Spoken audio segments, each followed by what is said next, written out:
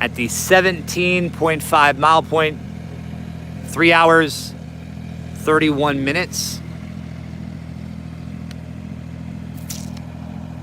As of last check, there's only 41 teams on the course, but you have to make certain mile markers at an 18-minute pace. So every mile you got to be moving at least at an 18-minute pace.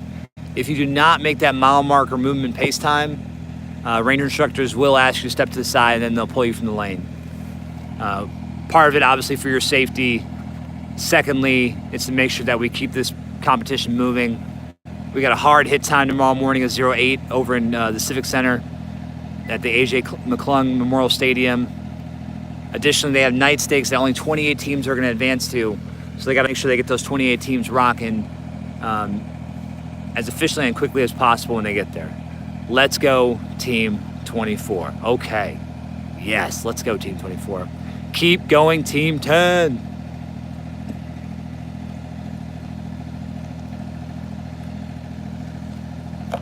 Nice. Quality chem light throwing just now. All right, so we're at 3 hours, 32 minutes. Pace has slowed a little bit. So theoretically, if they would have kept that 11:30 pace, they would have been here at the 17.5 mile at 3:20. Let's go, Team 23, Michael Jordan. But there's a huge hill when you get to Lee Field. So I think that big giant hill at Lee Field, probably slowing teams down.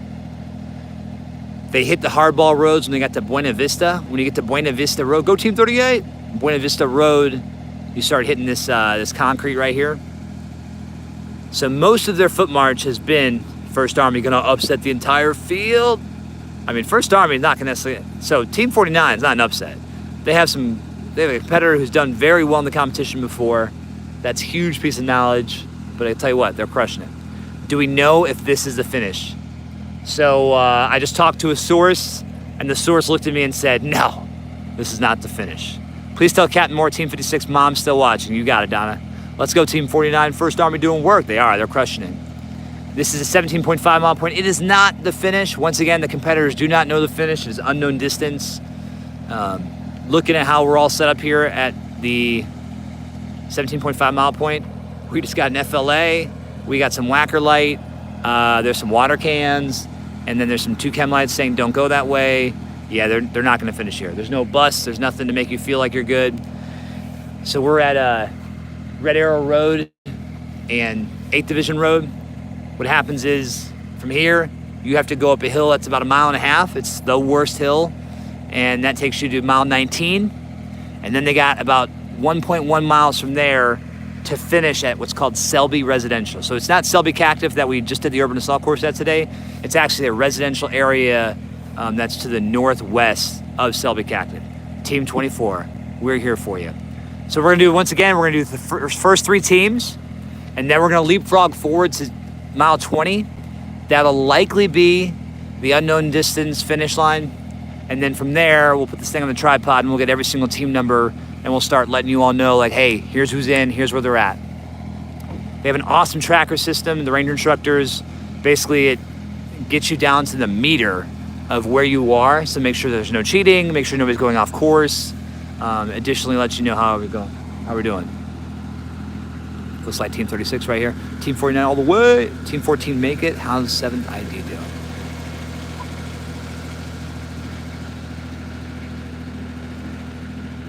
Team 36. Team 36 at the 17.5 mile point in 3 hours and 35 seconds. So someone wants to help me with the math here again. Here we go. 3 hours, 35 minutes, 18, that's 215 minutes. Right? 3, 6, 12, 18. 215 minutes. Do 215 divided by 17.5. What's that pace? So 215 divided by 17.5, and that'll give us our per mile pace for the first team.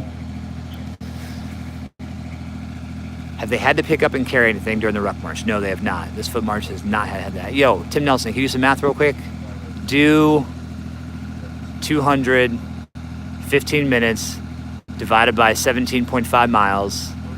And let's see what that pace is. 12, 20. Oh man, Daniel Fry, look at that, on fire. So 36 was at an 11-minute pace. Then they dropped to a 11:30, and now they're at 12:30. And also remember, this is a team that has a specialist who can do a 12 mile in an hour 28.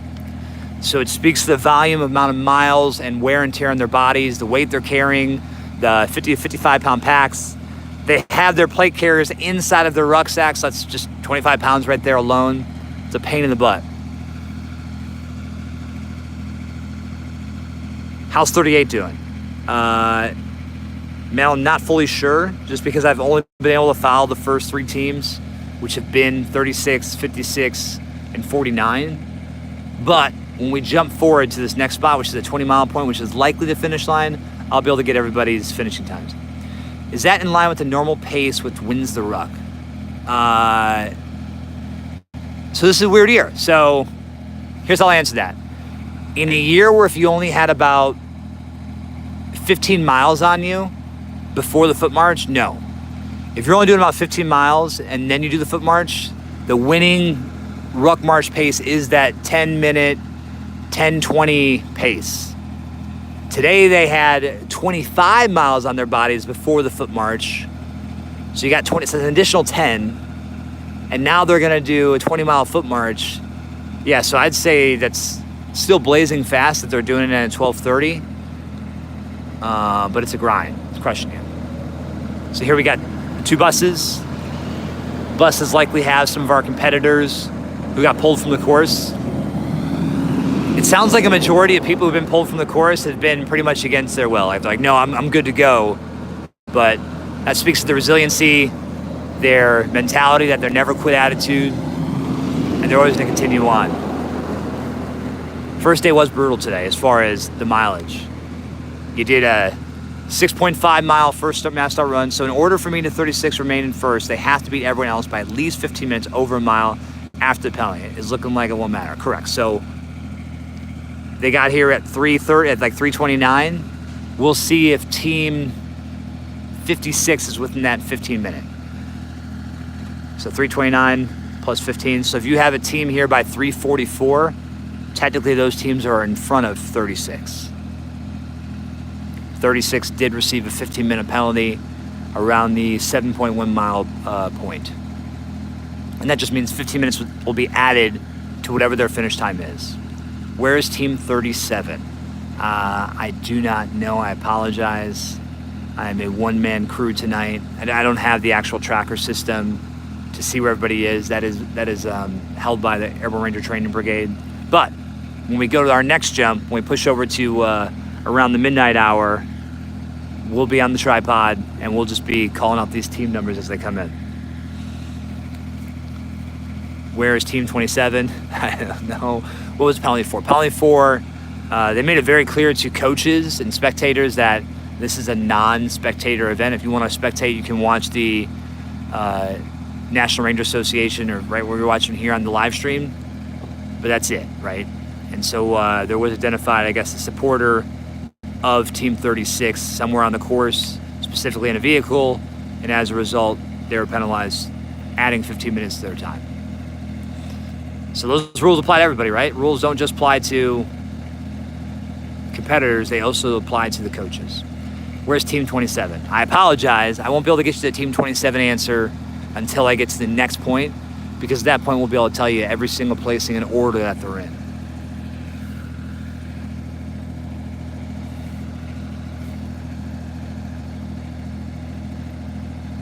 Need about 4 more minutes for Team 36 to officially still be in first place. Do me a favor and keep an eye on your drivers. Be checking on them regularly, make sure they're not falling. Yeah.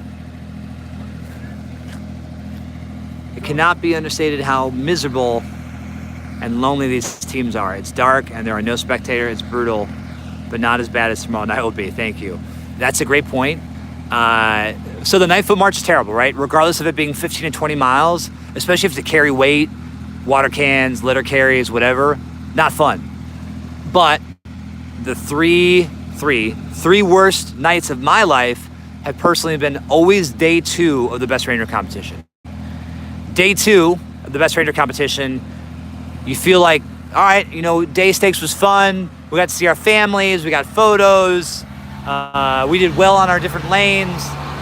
But what you forget about is you then go to night orienteering. So you're no longer walking or even authorized to walk on any kind of road that's navigable by a vehicle. Instead, you have to walk through that, like the Blair Witch Project. So now your course of night orienteering, you have a red lens light, that's it. And then you are moving to hopefully what you think is your points.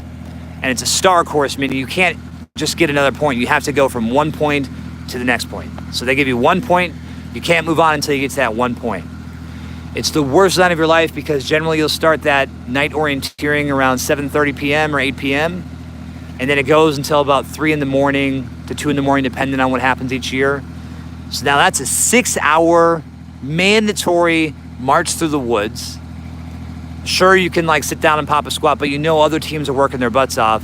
So guess what? You're going to do it too. Thank you for doing this. It's second best to actually be in there in person. Let's go.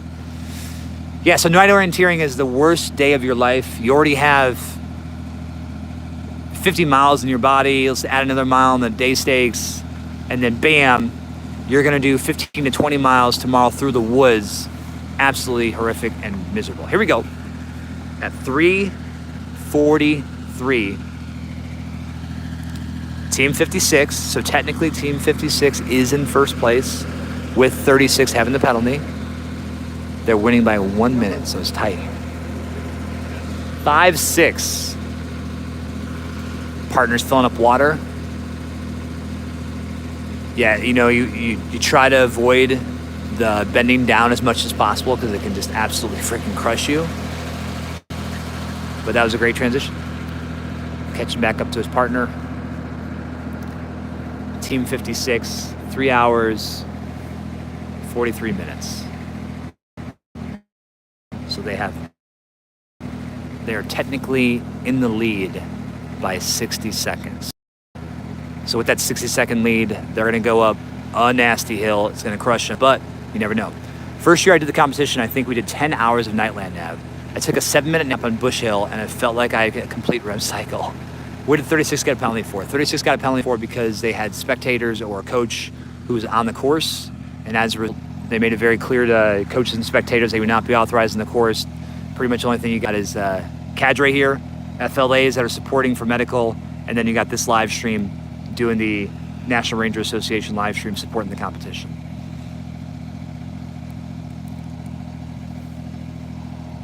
We're at the 17.5 mile point. We'll watch one more team get here. It's likely Team 49 out of the 1st Army. Once Team 49 gets here, we're gonna jump forward. Keep grinding from Sergeant Major Spike. Okay, I'll tell them that. Keep grinding from Sergeant Major Spike. Okay, got it. Is there like a tone I should say that in? Is there like a Southern drawl? Is it a New Yorker accent? Is it anything in particular I should throw on there? Command Sergeant Major Spike. How long is the penalty? Penalty is 15 minutes, meaning when they finish, they're gonna add 15 minutes to whatever their final time is. So ultimately it might just be a 1-place change, right? So if they think they took first place, maybe they drop down to second. We'll know then when we push over. Has Team 26 finished yet? No, we're at the 17.5 mile point. Only 2 teams have made it here thus far, Team 36 and Team 56. Once 49 gets here, we'll see them off. We'll jump forward to what we assume is the finish line. When we get to that finish line, now we'll be able to start giving you much more accurate who's here. Hardcore tone, okay, hardcore, like that, okay. Unforgivable. Hoping Team 14's still in. Let's go, Klein. Okay, yep. Got it. Keep grinding, Sergeant Major Spike. Yeah, okay, hardcore. Got it. I'm in it. Gotta lock that voice in. All right, 17.5 mile point. 2 teams have passed us. waiting on Team 49 to join up. What's the temperature right now? Wow, look at that. So let's see. Wind out of the west. It's a chilly 58 degrees. It can be good if it's chilly like that, because now like you're feeling pretty good as you're moving. The negative, if you're a sweater, if you like sweat a lot, you start to get pretty cold. And so you'll see teams when they get to night stakes, when they finish, the teams that are just like tired and sit down and don't change out their shirt or top, they'll be freezing cold. Just could be like they're going to lose all their body heat, right? So generally what I recommend, when you especially know you're going to be advancing into night stakes, as soon as you finish the foot march, take off everything that's wet, put on your dry clothes. Your wet clothes are not going to dry out at all during night stakes, so just know that during day stakes, when you get the opportunity to dry or hang up your clothes to dry them, that's when you do that. But you want to do night stakes completely comfortable. You want to have all your warm gear on. You want to have like your little inner liner for your jacket. You want to have a little snooky cap. All that kind of stuff just makes you comfortable for night stakes, because then you have 5 lanes back to back to back. Tonight's night stakes, they have a mechanical breach. They have conflict kinetics. That's shooting basically an engagement skills trainer, or basically a digital screen. Then they have a tactical combat casualty care. So in addition to conducting casualty stuff, they got to actually move the casualty. Can you talk about how these teams likely eat and drink during the ruck? I'll get there. Then they do a weapons box with the night vision goggles on. Make sure you have your floodlight on. And then they finish with a salute report on limited visibility. So during the foot march, something I hit about all the time, and this comes from like a kinesiology background or physiology background, especially because they already had 25 miles in their body. If they weren't already fueling up, they need to be eating food every 3 miles. On top of it, they can't just be drinking water, because they're going to flush out a lot of the sodium and aspects in their system. They get items that are supporting the team and supporting the competition.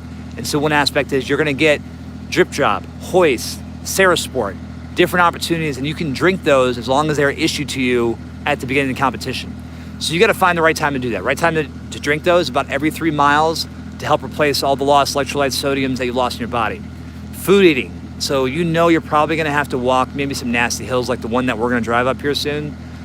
When you know you're going to walk those hills, that's your time to step it out, but also get your snacks, all your snack pouches, and start eating food.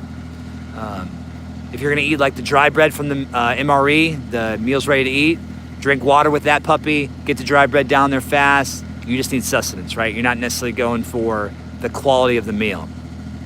If you get some great things like right before this hill, if you get that applesauce from the meal ready to eat, oh, the applesauce is a game changer, because you get that natural sugar from the applesauce, and it's almost like a liquid drink too. It's just, glorious. I like to save an applesauce for the foot march around like mile 15 when I'm really hurting or feeling bad for myself, because it's kind of a good energy booster. It gives you motivation.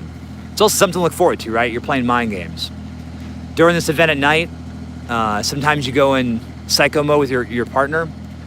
In the sense, I mean psycho mode, like you stop talking to each other and you guys are just walking in the pitch black. Notice when we look pretty much anywhere here in Fort Benning, this is what you're gonna see. That's it. The only time you see lights are gonna be at something like this. We knocked a 21 miler in Germany with 2 CR before deployment. No food, just water. Sucked, but not too bad. Yeah, brutal. You don't want to do that. From a physiological standpoint, you want to replace these systems.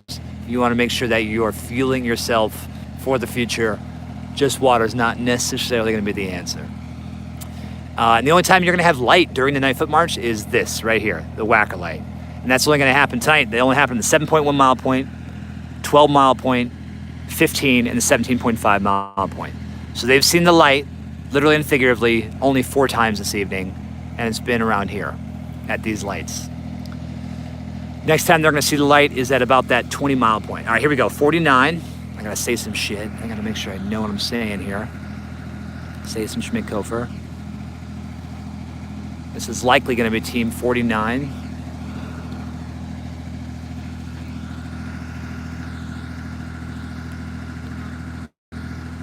Team 4-9. Let's go, Klein.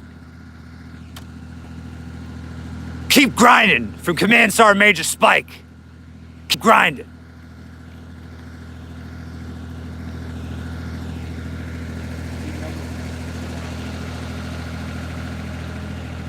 And you are correct. That is the Stairway to Heaven from OSET Basic on the all right.